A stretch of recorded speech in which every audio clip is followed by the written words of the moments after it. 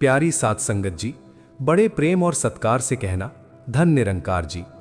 आज हम एक सुंदर और गहरे विषय पर चिंतन करेंगे, साकार और निरंकार का अद्भुत संबंध। साकार हमें दिखाई देता है, लेकिन निरंकार हर जगह व्याप्त है। गुरु के साकार रूप के माध्यम से हम उस निराकार परमात्मा को पहचानते हैं। आइए खुले मन और प्रेम भाव से इस ज्ञान यात्रा की शुरुआत करें। प्यारी साध संगत जी, धन निरंकार। साकार और निरंकार का विषय बहुत गहरा है। साकार वो है जिसे हम देख और अनुभव कर सकते हैं, जैसे गुरु का स्वरूप, संगत, सेवा। निरंकार वो है जो बिना रूप के होकर भी हर कण में व्याप्त है। यदि केवल साकार को माने तो ज्ञान सीमित रह सकता है, और यदि केवल निरंकार की कल्पना करें तो अनुभव अधूरा रह सकता है। गुरु का साकार रूप हमें निरंकार की पहचान कराने का माध्यम है। जैसे दीपक दिखाई देता है पर उसका उद्देश्य प्रकाश देना है, वैसे ही साकार हमें निराकार की ओर ले जाता है। महात्मा जी, अब समझ आ रहा है कि साकार और निरंकार विरोधी नहीं है, पर मन अक्सर रूप में ही अटक जाता है। क्या ऐसा इसलिए होता है क्योंकि हम बाहरी चीज़ों को जल्दी पकड़ लेते हैं और भीतर की अनुभूति के लिए धैर्य चाहिए? कृपया समझाएं कि हम संतुलन कैसे बनाए रखें। बहन जी, संतुलन साधना का मूल है। साकार हमें अनुशासन और सेवा सिखाता है। जब हम संगत में बैठते हैं, सेवा करते हैं, तो मन झुकना सीखता है। यही झुकाव हमें निरंकार की अनुभूति के योग्य बनाता है। यदि मन में अहंकार है तो निरंकार का अनुभव कठिन है। इसलिए साकार की सेवा से मन शुद्ध होता है और निराकार की पहचान से दृष्टि बदलती है। दोनों मिलकर पूर्णता देते हैं। इसका अर्थ है कि सेवा केवल कर्म नहीं बल्कि साधना है। जब हम प्रेम से सेवा करते हैं तो भीतर शांति का अनुभव होता है। शायद यही निरंकार की झलक है जो मन को हल्का कर देती है। सही कहा बहन जी। निरंकार की पहचान के बाद साकार का महत्व और बढ़ जाता है। तब हम हर व्यक्ति में उसी परमात्मा का अंश देखते हैं। भेदभाव कम हो जाता है। सेवा दिखावे की नहीं, कृतज्ञता की बन जाती है। यही निरंकारी जीवन है, जहां ज्ञान और व्यवहार एक हो जाए। जब दृष्टि बदलती है तो रिश्ते भी बदल जाते हैं। पहले जहां शिकायत थी वहां स्वीकार आ जाता है।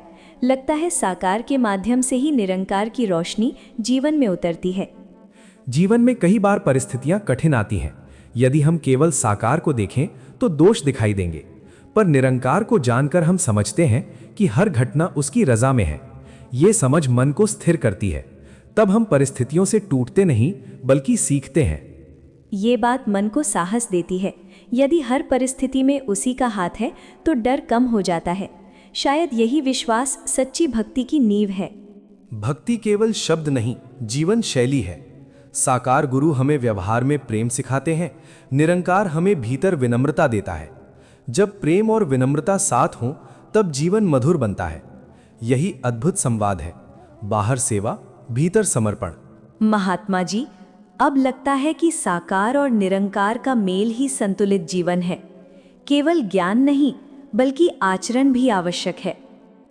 निरंकार को जान लेने के बाद साधक अकेला नहीं रहता, उसे हर ओर उसी का सहारा दिखता है। तब तुलना, ईर्ष्या और द्वेष कम हो जाते हैं। साकार के माध्यम से जो सीख मिली वो निरंकार में स्थिर हो जाती है। यही स्थिरता शांति देती है। धन निरंकार। जब मन स्थिर होता है तो जीवन सरल हो जाता है। अब समझ आता है कि सच्ची शक्ति भीतर की पहचान में है, न कि बाहरी उपलब्धियों में। प्यारी साध संगत जी, धन निरंकार। जब साधक साकार और निरंकार के इस गहरे संबंध को समझ लेता है तब उसके जीवन में एक नई परिपक्वता आ जाती है।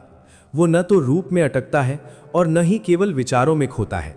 साकार के प्रति प्रेम और आदर बना रहता है क्योंकि वही मार्गदर्शक है, लेकिन साथ ही निरंकार की व्यापकता का अनुभव उसे हर क्षण सजग रखता है। तब भक्ति किसी विशेष स्थान या समय तक सीमित नहीं रहती। हर कार्य पूजा बन जाता है, हर श्वास स्मरण बन जाता है। यही अवस्था है जहां साधक का जीवन संदेश बन जाता है, उसका व्यवहार ही सत्संग बन जाता है। साकार से सीखा हुआ अनुशासन और निरंकार से मिली हुई शांति दोनों मिलकर जीवन को संतुलित, सरल और आनंदमय बना देते हैं। धन निरंकार जी।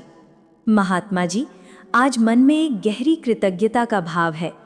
अब समझ आता है कि साकार हमें जोड़ता है और निरंकार हमें व्यापक बनाता है। पहले मैं भक्ति को एक क्रिया समझती थी, पर अब महसूस होता है कि ये तो दृष्टि का परिवर्तन है।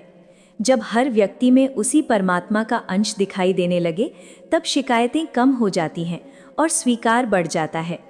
अब प्रयास रहेगा कि इस पहचान को केवल शब्दों में नहीं, बल्कि व्यवहार में उतारूं, सेवा में नम्रता रखूं और हर परिस्थिति में निरंकार की रजा को स्वीकार करूं। यही आज के सत्संग की सच्ची कमाई है। साध संगत जी, आज हमने जाना कि साकार मार्ग है और निरंकार मंजिल। जब ये पहचान जीवन में उतर जाती है तो हर ओर उसी का प्रकाश दिखाई देता है। आइए इस ज्ञान को व्यवहार में लाएं और प्रेम, सेवा व विनम्रता से जीवन सजाएं। प्यारी साध संगत जी, जब साधक इस ज्ञान को जीवन में उतारना शुरू करता है, तब असली परीक्षा आरंभ होती है।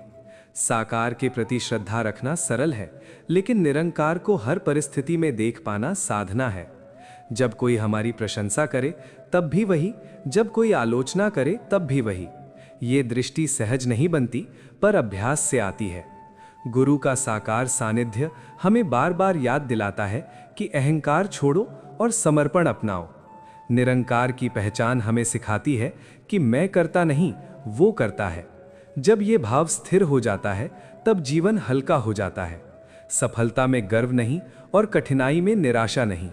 यही नवम चरण की सीख है, ज्ञान को परिस्थितियों की कसौटी पर खरा उतारना।